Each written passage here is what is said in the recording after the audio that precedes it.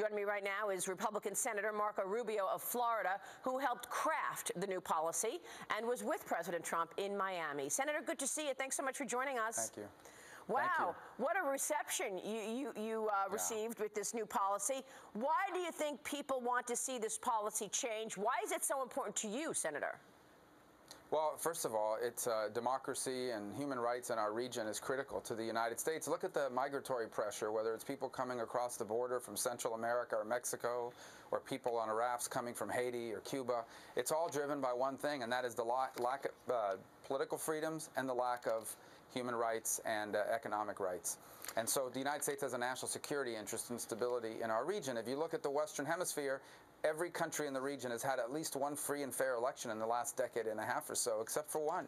Cuba has not had a free and fair election in almost 65 or 70 years. That needs to change. Now, the Obama policy towards Cuba made all sorts of concessions. Those concessions have allowed the Cuban military, which controls upwards of 50–60% of their economy, to enrich itself and to tighten its grip through a monopoly that they control.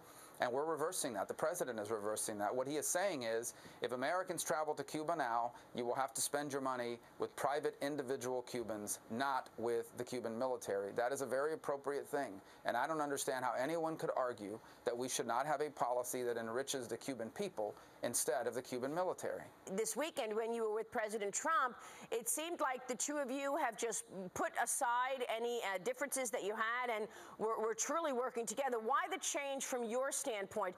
Has President Trump done something beyond this that has changed your relationship with him? Yeah, I just think this whole relationship thing is overblown. He was a competitor of mine out of 17 people that ran for president. It's like asking two boxers, are you mad that he punched you in the face in the ring, and is he mad that you punched him back? I mean, that's why you're boxing. That's what you do. When you're competitors, you go at each other. When the race is over, the race is over. Boxers don't keep punching themselves in the dressing room or when they see each other at a restaurant the next day. And it's the same in politics. We ran against each other. He won the Republican nomination. I'm a Republican. I'm not going to support Hillary Clinton. He got elected. He's the president of the United States. You don't have to agree with the president of your party on every single issue for him in order to want him to succeed. President Trump's success is America's success. It's not his individual success.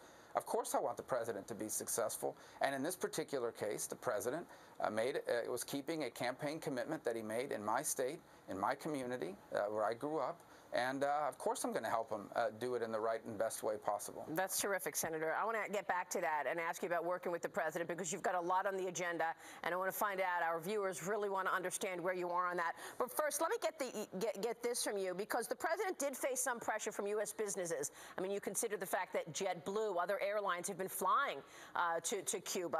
So he didn't roll back everything President Obama did, and it basically protected some of the airlines and transportation companies that they can continue to do business, correct? What was behind that? But it wasn't pressure from the businesses. I never asked them to roll those back, because if those airlines can't fly to Cuba, then the people who coordinate those trips are charter companies. You know who controlled those charter companies? The Cuban military. So I would much rather have American Airlines flying people into Cuba on regular flights than have them chartering their planes to a company that's a pro-Castro company operating in the United States of America. Again, this is not about denying Americans access to Cuba. This is about complying with the law, first and foremost. And second, it's about ensuring that once they get to Cuba, you know, the plane trip is one thing. Once they get to Cuba, Americans will have to spend their dollars and their money on individual Cubans, not at facilities owned and controlled by the Cuban military. And that was the rationale behind that. Senator, let me ask you to give us some clarity on the agenda right now. There's a health care bill sitting in the Senate. A lot of people are wondering what the progress looks like, because you've got to get health care done before you move on to tax reform. You've got big items on the agenda. The Dems are pushing back every day to try to obstruct that agenda, and in hopes that the president doesn't get anything done in this first year. Where is the health care bill right now? What would be the timeline and clarity from your standpoint that you could give us? Well, and there is a lot of confusion about that. There is a group in the Senate working with input from all of us. Any one of us senators that wants to, in the Republican side, who wants to have input on the Republican replacement bill has the opportunity to do so. That group is going to produce a first draft, so to speak, a starting point. But after that happens, that doesn't become the law. That's got to work its way through a committee. It's got to work its way through floor action.